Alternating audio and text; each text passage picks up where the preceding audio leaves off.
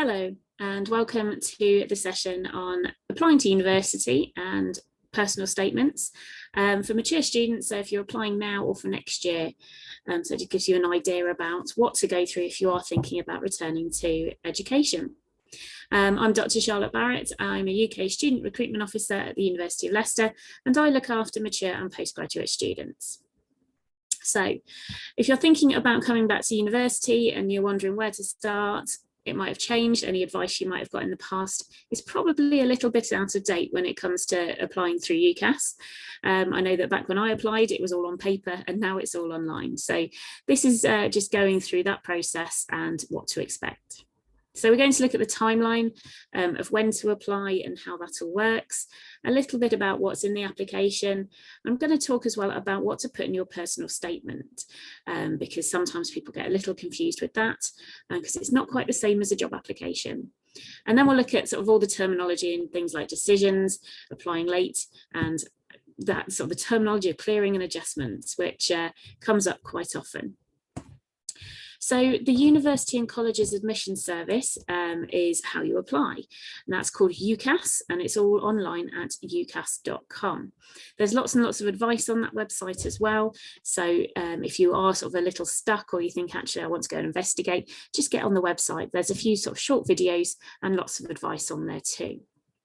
So it is all done online and all linked to the university. So you don't need to send separate applications off to different universities, depending on what you want to do.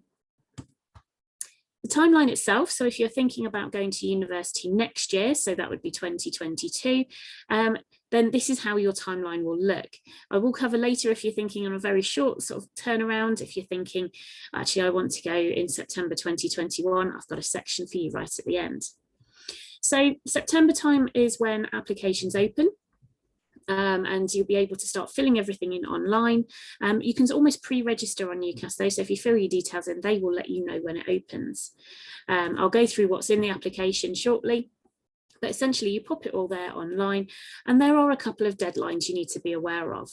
If you're looking at applying to Oxford, Cambridge, for medicine, or dentistry, or veterinary science, then you have a deadline of the 15th of October. So you might need to speed up a little, because if you're looking to apply for 2022, 15th of October is 2021. So you might need to do a little bit of homework earlier. But everybody else, there is a deadline for equal consideration on the 25th of January. So as long as you get your application in before then, all the universities will look at your applications on an equal standing. There's no first come, first served, and they will make sure that they get an offer out to you or some feedback on sort of like what you might need to do. You can apply after that date, but like I mentioned, at that point, after the 25th of January, it could be that the university says, I'm really sorry, we've run out of places. So you want to make sure you're going to get it in before then. If you're going through college at the moment and doing an Access to HE course, you're going to get loads of support on this part from your college. But if you are applying independently, you can still do this. You don't need to be sort of at college or doing any sort of course at the moment.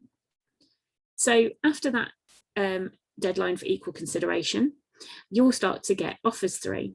If you put your application in slightly earlier, you'll get offers through as soon as the universities can get them out to you.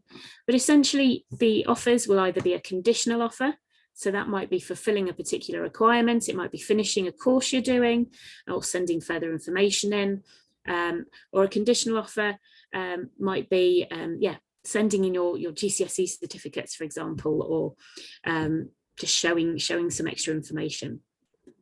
Unconditional offers mean that you've got a place. So if you want it, the place is there. You don't need to tick any more boxes. Sadly, some people do get rejected, but usually there's a reason with that, and you can turn around, you can ask if there's anything else you can do, or if you need a particular course to complete. It might be as well, depending on the course, that you get invited for interview. So some courses are interviewing courses, such as medicine. A lot of the allied health courses have an interview process, and sometimes things like engineering or sort of maths-based courses, they might ask you to pop in and do a quick test. So it could be that you get invited for those. So by the 25th of February, you might have some choices to make. It might be that you don't have any offers come through by that point. And there is a thing called UCAS Extra that usually opens around the 25th of February. And if you haven't used all your choices, and I'll go into sort of what your choices might be, you might be able to add more. There is a decision deadline, so universities have to get in contact with you and make sure they complete all of their applications by a certain time. And you also have to make sure that you are basically saying what you want to do by around the 10th of June. So basically, if you don't do anything with your applications, they'll all get declined by this stage. And then you'll get put into that thing called UCAS Extra, and that means that you can pick and choose in a different way. So that puts you into what we call clearing. And that means that you can phone around and find out if there's any other courses available to you. But if you've put in that you've confirmed that you want to go to certain universities, there's nothing else to worry about. You just need to sit back and see what happens if you're waiting for results. So in about August time, we have results day. And at that point, or slightly earlier than that point, in fact, we open that thing called clearing and adjustment. And I'm going to explain more about that towards the end. So if you are waiting for any results at that point, it's usually the point where you're like, hooray, I've got my place, or, oh no, I need to look around again and see what I want to do. But then over that time, it usually gets sorted out, and then you can go to university in October. So it's quite a lot to take in. And sometimes I will say that timeline can go a bit everywhere. So it is a rough timeline about how it all works. But usually within that whole year, you'll get lots of information, and you'll put your application in and you'll be able to track it as you go. So what is in a UCAS application? Now there's some very basic information in there. So obviously your name, address, and any identifying information that it asks for. Now, it does look at your previous educational experience and qualifications. So even if you think I didn't do well in the past and, I want to come back and try and find out if I can get back into education, don't panic. They do take into account the amount of time that has passed since you took your, say, exams, A-levels or BTECs or anything like that. So we do need your previous education and work experience. So we take into account your work experience as well, and skills you may have picked up in the meantime. If you are working towards qualifications, say for example, access to HE diplomas, then we'll ask about that too, and about what's in that. Now you will need a reference. Now if you're going through college, then it's okay because your college tutor will provide your reference for you, and everything will go through that college. But if you're applying independently, we do ask for a reference, ideally from somebody who has taught you in the past. But if you can't get hold of that, an employer reference, or even somebody who can give you a character reference who knows what you're like and knows what you're aiming for, will do. So do contact the universities as well if you're not sure about that, and just say, what would you prefer? And you can have your choices. So you can choose on UCAS up to 5 different courses to apply for. So it's not a case of thinking this is the one I want to go for, although you can just apply for one if you want to, but you could apply for 5 different universities or for the same course, or 5 slightly different courses, and it might be that sort of 2 or 3 of those are at the same university. You don't have to use all 5. There is a cost with the UCAS application, and you can apply for just 1 for a reduced cost, or you can apply for all up to 5 as well. So have a look at that and do your homework on where you might want to apply. So the personal statement aspect of it, of your application, is quite important. So we use that to help narrow down sort of who, especially with interview courses, who we might want to make offers to. It is all online. You have 4,000 characters to fill in, and that doesn't, or 47 lines of text, and that does include blank lines. Now I would say work on Word or write it down, because it's going to take you a little while to draft this. So just make sure that you've got it right before you put it onto the UCAS system. You can preview it all online, but like I said, you want to make sure that it has all been drafted previously. So UCAS has a similarity detection system, and what this does, so if you've copied and pasted something straight off the internet, it will pick that up and you won't get an offer. So do be aware of that. Just make sure you're writing it yourself.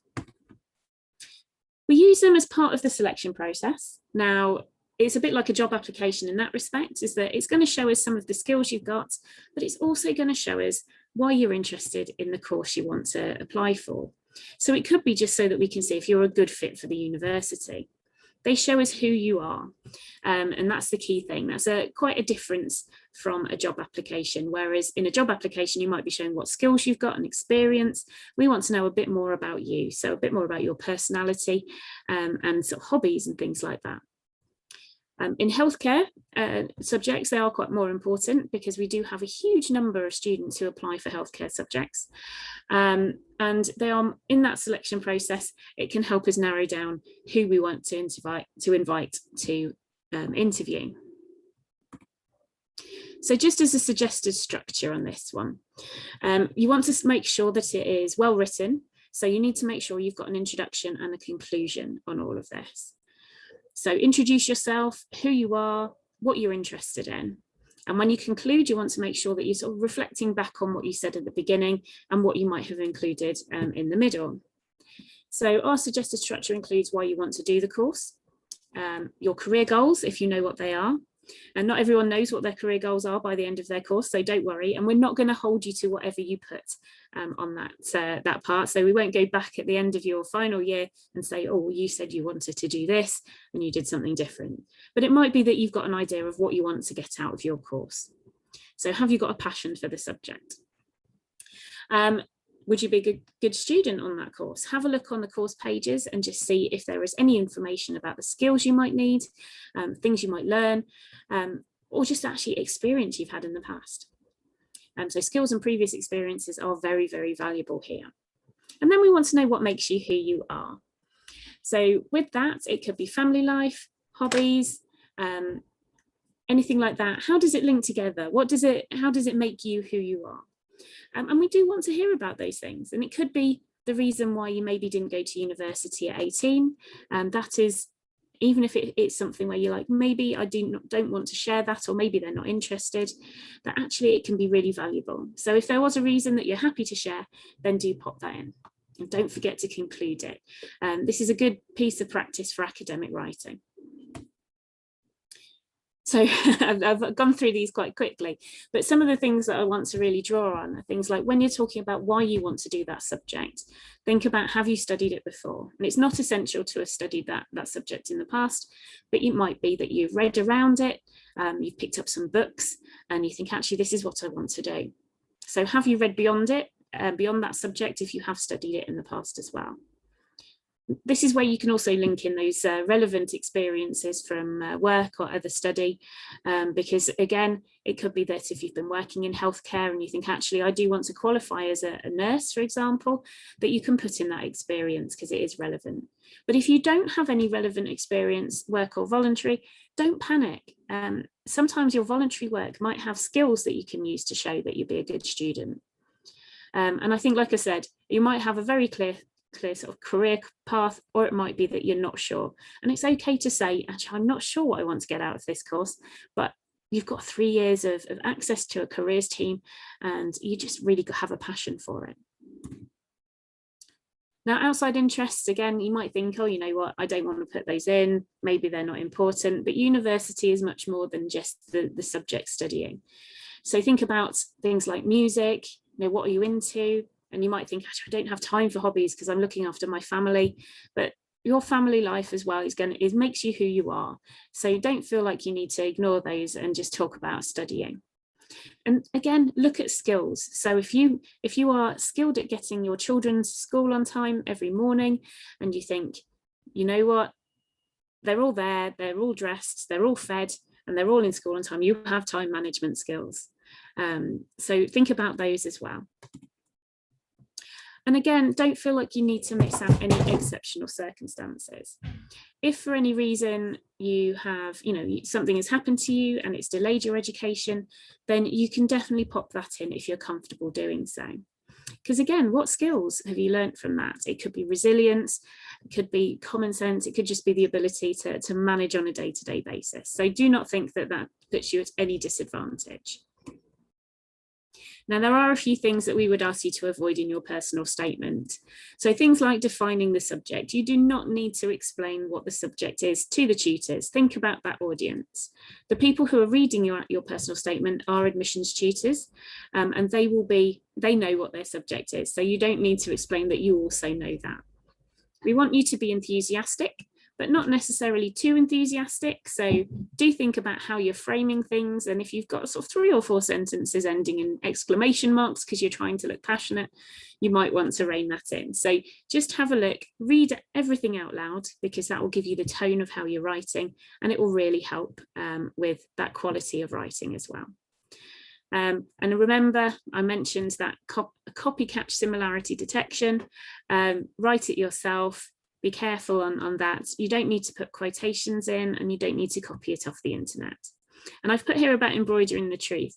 You might think you might want to make yourself stand out in a way, maybe put in that you've travelled a little bit, but be careful on things like that, because quite often tutors do remember what you've popped into your personal statement, and they might mention it when they meet you. So if you've suddenly put in that you've travelled the world in 3 months and you saw so many different things, that tutor might mention that.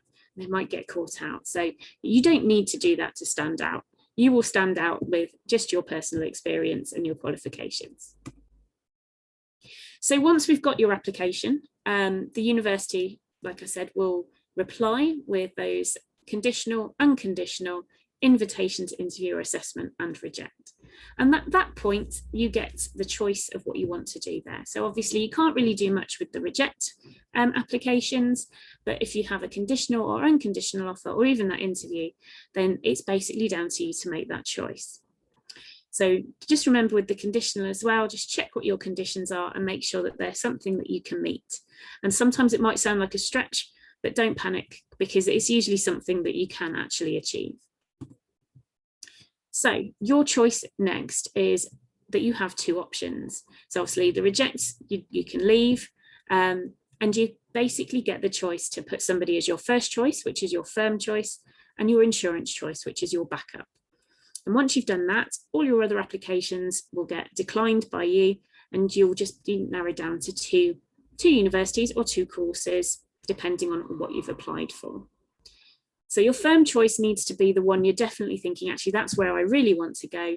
And your insurance choice, you want to make sure that if you don't get your first choice, so the only time sort of your first choice will really sort of say, I'm sorry, and reject you, is usually if you don't quite get the grades. So your insurance choice should have a lower grade requirement than your firm choice.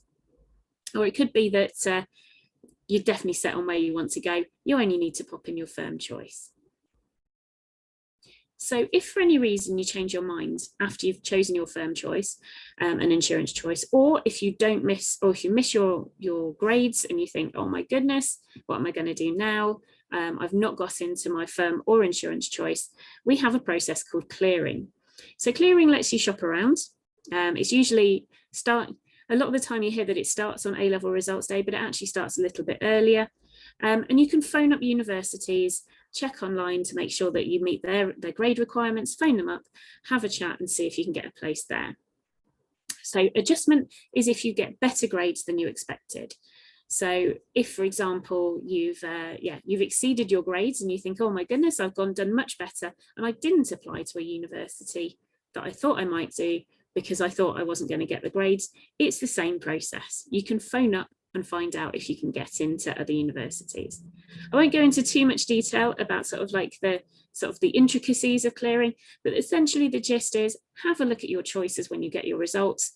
The university, if they've accepted you, will get in contact and say, thank you, sort of like you've got your place, and then you can work from there. So you might be very happy with that and you don't need to worry about anything else. Or it might be that you think, actually, I think I could do better and go somewhere else. Or if you like, unfortunately, I don't have a place, but I'm going to look around. If you haven't applied to university by that stage, or if you're thinking of applying this year, you can apply late. And when you apply late, you can apply directly to the university. Now, there's no guarantee that you're able to get a place on particular courses because some might be full. So there is a risk with applying late.